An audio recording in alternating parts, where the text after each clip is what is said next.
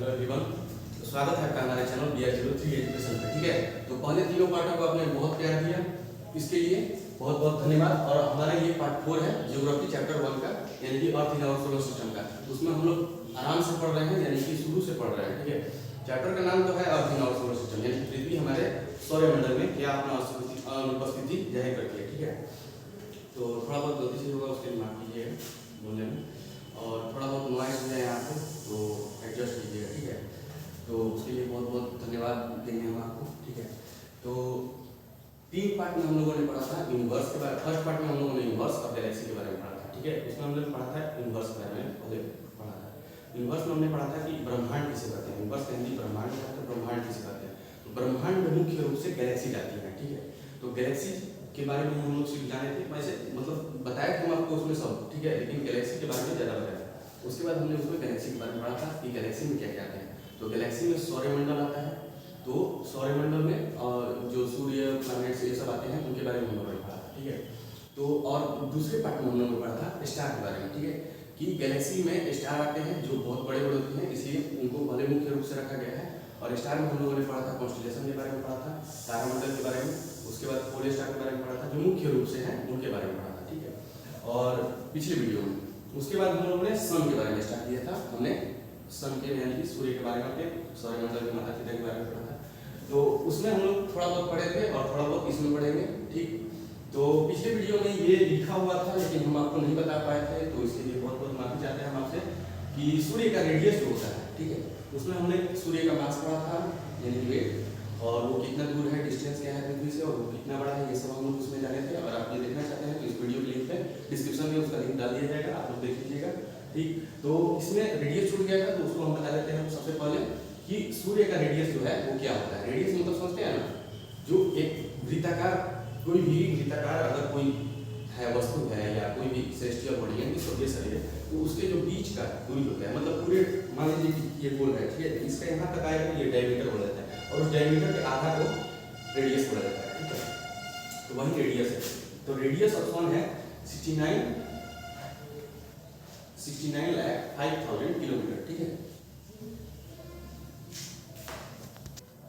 तो जो radius of सन है वो 6,95,000 किलोमीटर है। ठीक है, तो अगर 60 यहाँ से लेके यहाँ तक की जो दूरी है वो 6,95,000 किलोमीटर है। ठीक है, तो इससे हम लोग सन का पूरा एरिया निकाल सकते हैं। ठीक है, यानी कि सर्कल, एरिया ऑफ सर्कल निकाल सकते हैं आप लोग, जो कि पाई स्क्वायर होता है।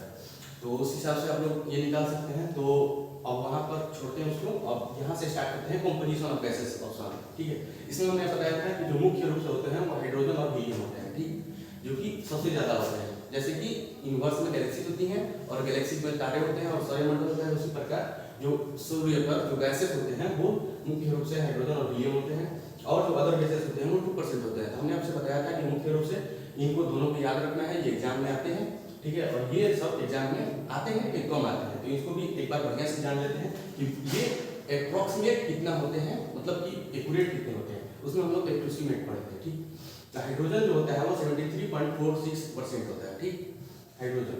हीलियम जो होता है 24.85% होता है। ऑक्सीजन जो है 0.77% होता है। ठीक, कार्बन जो है 0.29% होता है। आयरन जो है वो 0.16% होता है। ठीक, और नियोन जो है वो 0.12% होता है। नाइट्रोजन जो है वो 0.09% होता है, और सिलिकॉन जो है 0.07% आता है, और मैग्नीशियम जो है वो 0.05% आता है। ठीक, उसके बाद सल्फर जो है वो 0.04% होता है। ये सब हुआ कंपोजिशन ऑफ गैसेस के बारे में। ठीक है, और आगे हम लोग पढ़ेंगे सेलेस्टियल बॉडीज के बारे में। इनका मतलब होता है सेलेस्टियल बॉडी मतलब स्वर्गीय शरीर। ठीक है,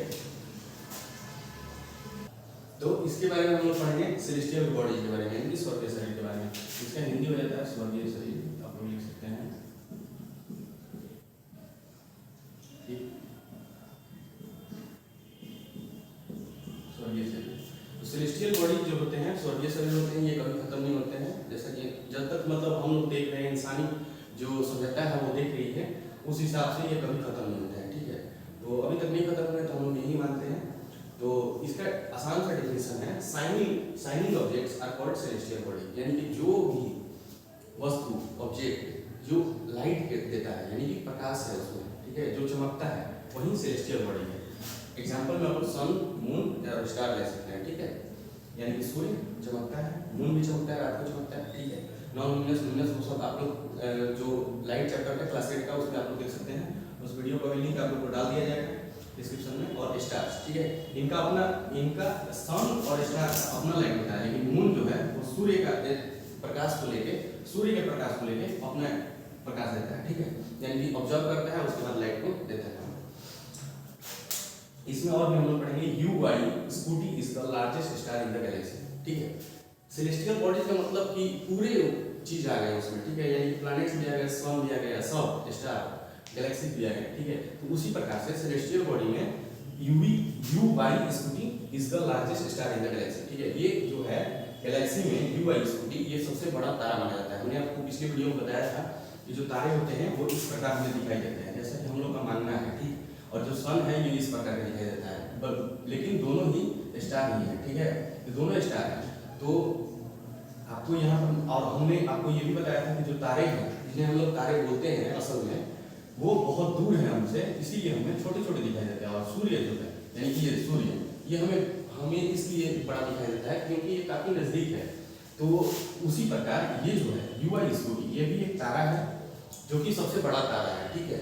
तो ये भी हमसे बहुत दूर पे है, इसलिए हमें ये छोटा दिखाई देता है, लेकिन इसको हम लोग बड़ा मान नहीं सकते बड़ा है, ठीक है। तो उसके बाद है 10 टाइम्स ग्रेटर देन सन, ये 10 गुना बड़ा है सन से, मतलब कि ये महाशय जो है इनसे 10 गुना बड़ा है UY स्कूटी, ठीक है। आप समझ सकते हैं ये कितना बड़ा है। अब देखिए सिर्फ सन का रेडियस इतना है, इसमें आप अगर मल्टीप्लाई 10 कीजिएगा तो कितना हो जाएगा 50,000 किलोमीटर इसका रेडियस हो जाएगा UY स्कूटी का, ठीक है। मतलब इसका रेडियस जो है वो 69,50,000 किलोमीटर हो जाएगा। तो सोच रहे हैं कितना बड़ा है, ये अंदाजा लगा सकते हैं। तो इसकी ये आपको समझ में आया कितना बड़ा है। तो यहाँ तक बहुत धन्यवाद। और इसके बाद में हम लोग पढ़ेंगे सोलर इक्लिप्स, सन इक्लिप्स के बारे में, ठीक है, यानी कि सूर्य ग्रहण के बारे में। तो आइए देखते हैं। तो पीछे हमने पढ़ा सन के बारे में, उसका कंपोजिशन ऑफ गैस और सेलेस्टियल बॉडीज के बारे में, ठीक है। अब हम लोग पढ़ेंगे सोलर इक्लिप्स। सोलर इक्लिप्स को सन इक्लिप्स भी बोल सकते हैं, यानी दोनों को, ठीक है। थोड़ा सा डिस्टर्बेंस आ गया था, एक सर को थोड़ा खांसी हो गया, ठीक है। तो परसों बारिश हुआ था आराम में, तो ये भीग गए थे समोसा खाने, ठीक है। तो पिछले वीडियो में हम लोग पढ़ा था, पीछे हम लोगों ने पढ़ा था सन के बारे में, यानी कंपोजिशन ऑफ सन, यानी कि उसमें गैसेस कौन कौन से, कंपोजिशन ऑफ गैसेस के बारे में पढ़े थे हम लोग। उसके बाद हम लोगों ने सेलेस्टियल बॉडी के बारे में पढ़े, यानी कि सूर्य शरीर के बारे में। उसके बाद हम लोग पढ़ेंगे सोलर इक्लिप्स। सोलर इक्लिप्स का मतलब होता है सन इक्लिप्स, ठीक है। सोलर इक्लिप्स और सन इक्लिप्स एक ही होता है, आप लोग दोनों कोई भी बोल सकते हैं, दोनों का मतलब ही सूर्य ग्रहण होता है, ठीक है।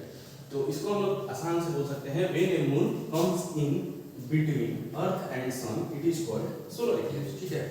यानी कि जब सूर्य और पृथ्वी के बीच में चंद्रमा आ जाता है तो उसको सोलर इक्लिप्स बोलते हैं।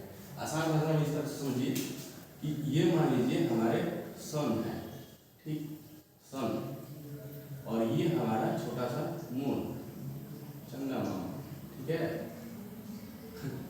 सूर्य हमारे पिता के समान है और मून हमारे मामा है, ठीक है। और ये हमारा पृथ्वी,